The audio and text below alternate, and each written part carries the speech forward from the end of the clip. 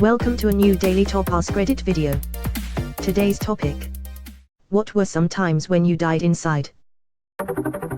Being 45 minutes into a 1-hour drive to a meeting to realize you left the main reason for the meeting at home. Man, I felt this. I drove nearly 1 hour through the rush hour traffic just to realize at my destination that I now have to do it all again. /Yari, let's waste 3 hours. At least it won't be rush hour on the way back. Edit, yeah folks, I get it, traffic is bad in your city. I was on a school trip to a preschool and I had bad gas. I was chilling on the floor and this little girl jumped on my stomach and I ripped ass so fucking hard. I'm sorry but that's hilarious. But he probably had something dead inside him. I crochet and my old boss at work asked me for a scarf.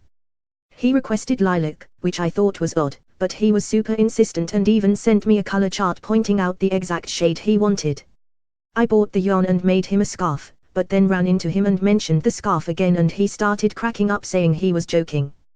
Definitely embarrassing, but I'm glad I didn't actually bring it with me and give him the scarf only to find out he was being an asshole. I wound up giving it to another co-worker who was watching the whole thing play out and she was super appreciative. God, what a massive dick. Haha, yes, what a funny joke. I definitely love spending literal hours making things you don't actually want. Yeah, I definitely felt dumb since it took me around 3 hours. But luckily my friend loved it. Should have charged him for the wool and labor, dick.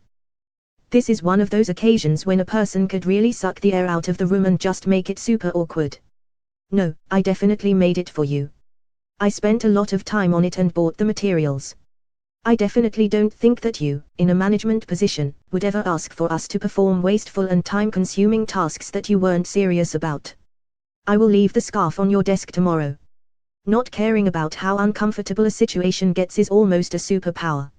Edit, I didn't mean for this thread to go full TED Talk /motivational speaker. Walked halfway across campus before a random dude let me know that I had a string of toilet paper hanging out of the back of my pants. There was poop. Just kill me. I always wonder how this happens. Please describe your wiping methods in detail. I'll be waiting patiently. Edit, my inbox is now a literal shithole. Please describe your wiping methods in detail. I'll be waiting patiently. I feel like typing this out would be the point at which I'd really stop and think about my life. Straight shit myself in 2nd grade. I wasn't feeling good at all, but I was too embarrassed to ask to go to the bathroom, and without any warning I audibly filled my pants with what felt like a gallon of diarrhea. We were sitting cross-legged on the floor for reading time and I quickly had shit up my back to my shoulder blades and down my pants to the knees. Of course I was sitting between 2 girls at the time who promptly screamed and crawled away as if I had burst into flames. Teacher's mouth dropped and I just weakly said I don't feel good. Everyone was staring at me with the most stomach-turned look of disgust. I would have rather eaten broken glass than be sitting there as I was. Teacher sent me to the nurse, me waddling, dripping liquid feces the whole way. Nurse was obviously extremely aggravated with me, which really felt good to a 7-year-old who already wished he was dead. All but threw a set of ancient loner clothes and a plastic bag at me, admonished me to make sure my mother washed them that night so I could return them in the morning. She angrily told me to go to the bathroom, clean myself up and put my shit-covered clothing in the bag and tie it up to take it home. I did the best I could, washing in a sink with the useless pink powder soap and shit-tier brown paper towels that don't absorb at all, and changed into a pair of corduroy pants and a XXL button-down shirt used as an art smock, then was sent back to class. I still smelled poop, but I had no idea where it was coming from, and the teacher had me sit way off to the side for the rest of the day when the other kids complained. For the rest of that year I had no friends whatsoever and was known throughout school as the kid that shit himself during reading time.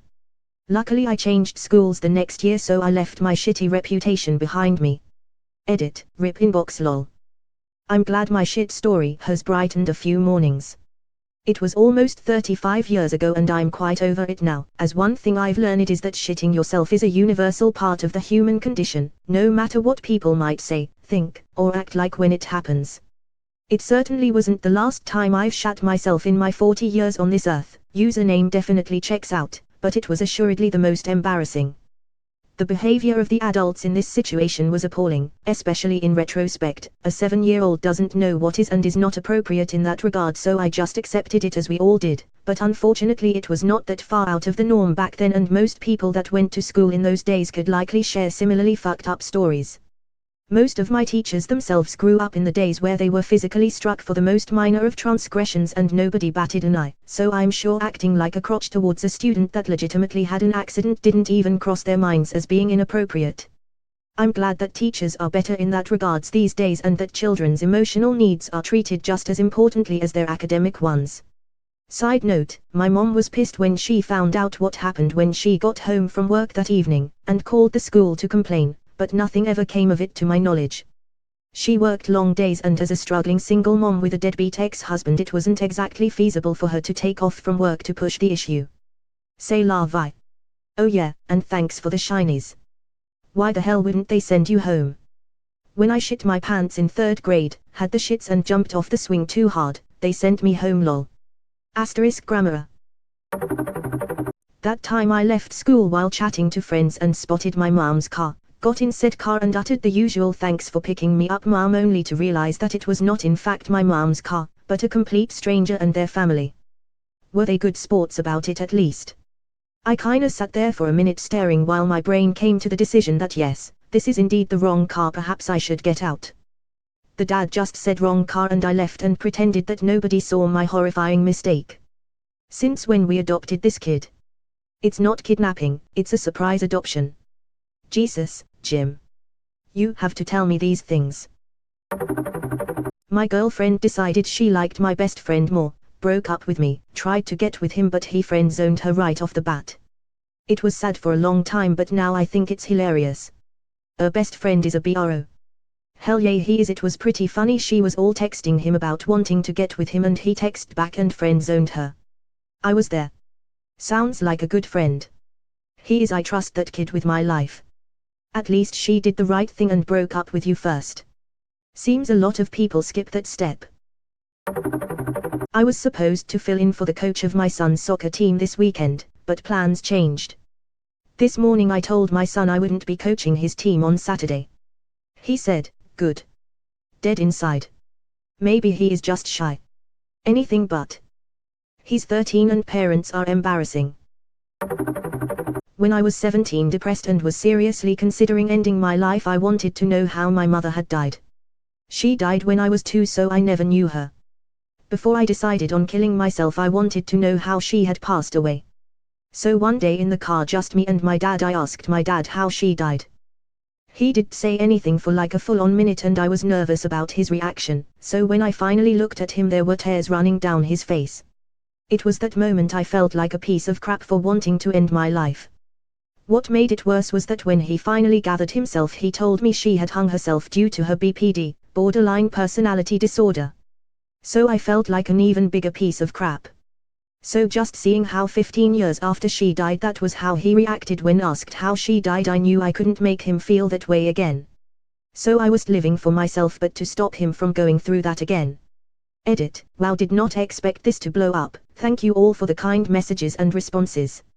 Yay, I'm doing good now. Me and my dad have had many rough patches but all sort through it in the end. Family is a strong bond and I'm thankful I worked my way through my depression. Was 7 years ago when this all happened. Also thanks for the shines, never had any before, haha. Edit 2, for those asking how I got through it, I had to distract myself. I did have many friends, just people who did mind my presence, but I would often isolate myself due to social anxiety. So I played video games, listened to music and watched AIM. Specifically Slice of Life AIM, that really help you appreciate life. Once I got a job I started to heal as I was interacting with people who did know me from high school. I still had bouts of depression, but having a goal to work towards, whether it be through gaming or my job, really helped. Sometimes living for other people is what it takes to survive through a suicidal period. Sometimes just living for yourself isn't enough. I'm glad you're still here. Edit. Wow, I didn't expect half the responses I've gotten on here. You guys are amazing. I want to hug each and every one of you and tell you that it'll be okay. The sun will come up again tomorrow and there will be something else worth living for. I love you all. My inbox is always open if you need a friendly stranger, or just a shoulder to cry on. At 16 years old I decided to live for my sister. 8 years later I needed to live for my son. 9 years on and now there are so many people in my life to live for, including myself. Was on a TV quiz show and totally fucked up. Died inside when it was aired. Removed. Enthusiastic smile and sudden excitement to answer. It's alright, you can say it. With that username. It happens though. I knew someone who was on Family Feud. Name a place kids like to go in the summer. School. What animal do we eat, but doesn't eat us? Well, why no Grant, I want to change my answer. I realized it's not totally accurate because I have seen a pig-eater man. In fact I've seen many pigs eat many men. It was a bloodbath.